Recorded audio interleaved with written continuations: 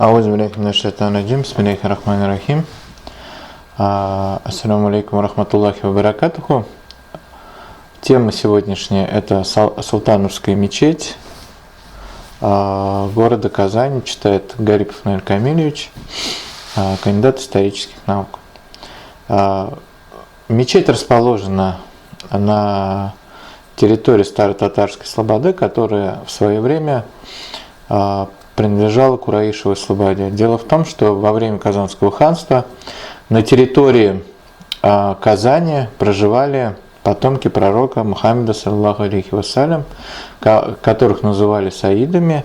Были они из племени Курайш, поэтому и название самой слободы с этим связано, то есть Кураишева слобода.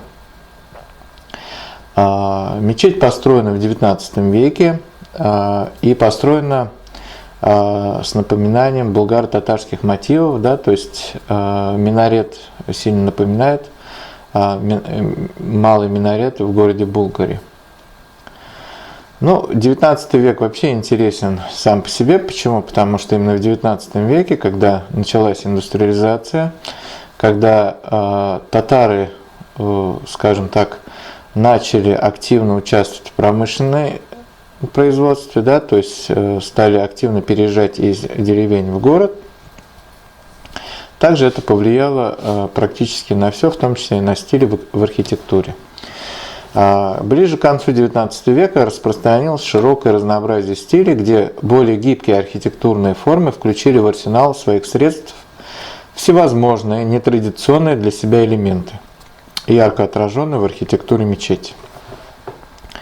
После отмены в 1863 году всех обязательных образцов в Казани прижился синтетический вид мечети, напоминающий образцовый проект 1844 года, но без характерного для него купола.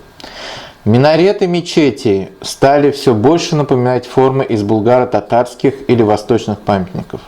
Богатый набор средств эклектической архитектуры открыл широкие возможности для выражения самых разнообразных идей, как для заказчика, так для автора проекта. Минарет принимал более изящные индивидуальные формы, гармонично соседствуя с остальным объемом здания. Казанские архитекторы, проектировавшие мечети, опирались на богатый опыт своих предшественников, отраженный в деревянном зодчестве, где объемно-планировочные решения, пропорции были уже наработаны самим временем. Новые тенденции в трансформации подходов в архитектуре мечети, что, несомненно, происходило без отрыва от основ духа местных традиций, где за основу брался прямоугольный план здания с вальмовой крышей, а минарет примыкал по оси северного фасада, берут свое начало именно с казанского памятника Султановской мечети. Далее в Казани архитектуру нового вкуса воплотят все Бурнаевская, Казаковская, деревянный номер 12, Азимские мечети и другие. Меценатом строительства был один из богатейших казанских купцов первой гильдии Зиганшин бин Бик Мухаммад бин Абдуссалям бин Усман аль-Кариля Усманов в 1868 году. Другие названия у мечети – это мечеть Зиганши, Усмановская, Усман-Султановская, 8-я Соборная, красная. Кстати, обследование здания показало, что изначально цвет Султановской мечети был не зеленый, а красный. Право прочесть первый намаз был предоставлен известному казанскому хазрату, историку Шахабуддину Маржани, который, кстати, и определил киблу для этой мечети. Минарет, как градостроительная вертикаль в отведенном пространстве, выходящем на перекресток значимых торговых улиц, сделал здание одним из самых заметных.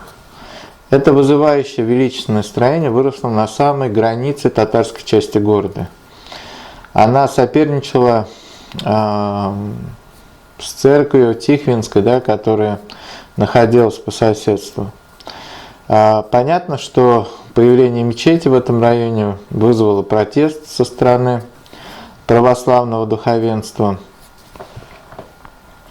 В архивах есть как раз-таки жалобы со стороны православных, да, по поводу строительства этой мечети. Но, тем не менее, мечеть открылась, была построена, с 1868 года она стала действующей.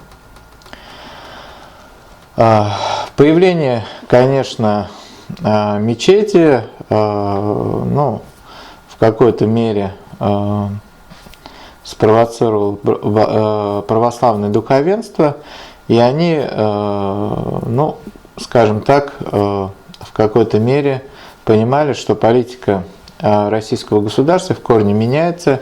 Если до этого у православных был, ну, такой лимит доверия и возможность проводить собственную христианизаторскую политику, то вот как раз-таки с появлением, наверное, новых такого рода мечетей как раз-таки говорил о том, что на этом как бы вот политика такой насильственной христианизации практически в мире понимали, что политика российского государства в корне меняется.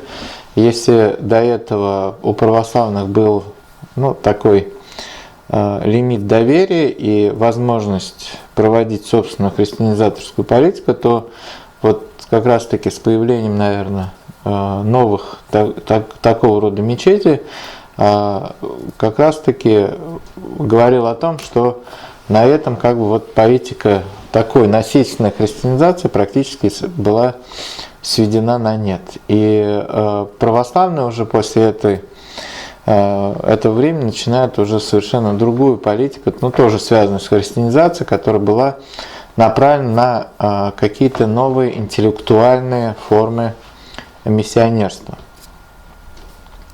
То есть это вот как бы символ изменения, в том числе и миссионерской политики по отношению к мусульманам, с одной стороны. А с другой стороны, мусульмане как бы своим появлением вот в этой части города подтвердили, что это их территория и что они намерены ее как бы использовать в своих интересах. Информация о зданиях Казани хранятся, понятно, в архивах, и согласно требованиям тех лет, начиная с 1791 года, можно найти фасады и планировки исторических объектов.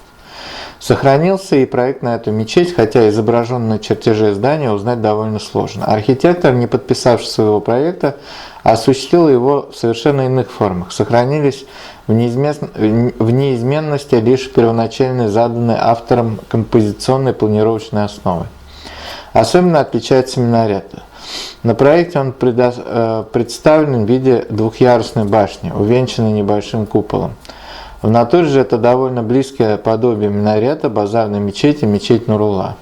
По мнению историка и доктора архитектуры Нияза Хаджиевича Халитова, это то, что воля заказчика скорее была желанием передать в своей мечети мотивы древнего Булгара, что отразилось на изменении в ходе строительства. Несмотря на нарядную одежду стен мечети, гладкий ствол минарета, акцентирующий на себе основное внимание, придает всему сооружению некий элемент загадочности, аскетичности, где он как бы проступает чертами древней суровой архитектуры предков из довольно обычного по своему образу восточного фасада. Мечеть построена в традициях татаро-булгарской средневековой архитектуры в стиле эклектики с элементами национального варианта романского стиля.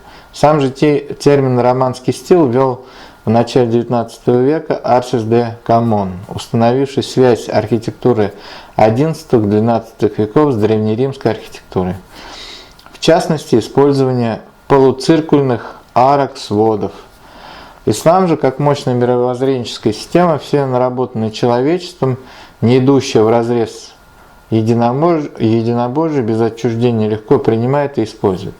Стоит отметить, что верующие мусульмане-татары прошлых веков старались строить здания мечети в передовых архитектурных стилях мира своего времени, что, к сожалению, не скажешь про многих современных узкомыслящих с неискаженными стереотипами людях, которые сами одеты в европейские брендовые одежды, но считают, что религиозно практикующие мусульмане-татары должны ходить в одежде каких-то народных ансамблей, а мечети должны быть обязательно деревянные в стиле 18-19 веков.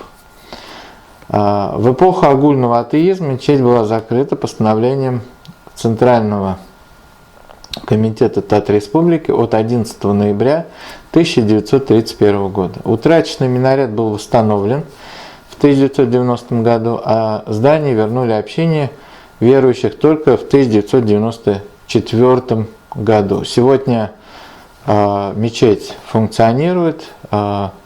Имамом мечети является известный имам нашего города Камиль Хазрат Бекчентаев, который, кстати, написал очень неплохую книгу, исторический обзор о Султановской мечети. Так она и называется, Султановская мечеть. И эту книгу можно приобрести в этой же мечети, если она вам понадобится.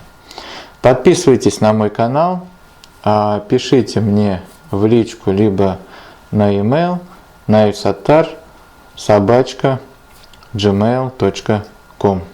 Спасибо за внимание. Ассаляму алейкум ва рахматуллахи ва баракатуху.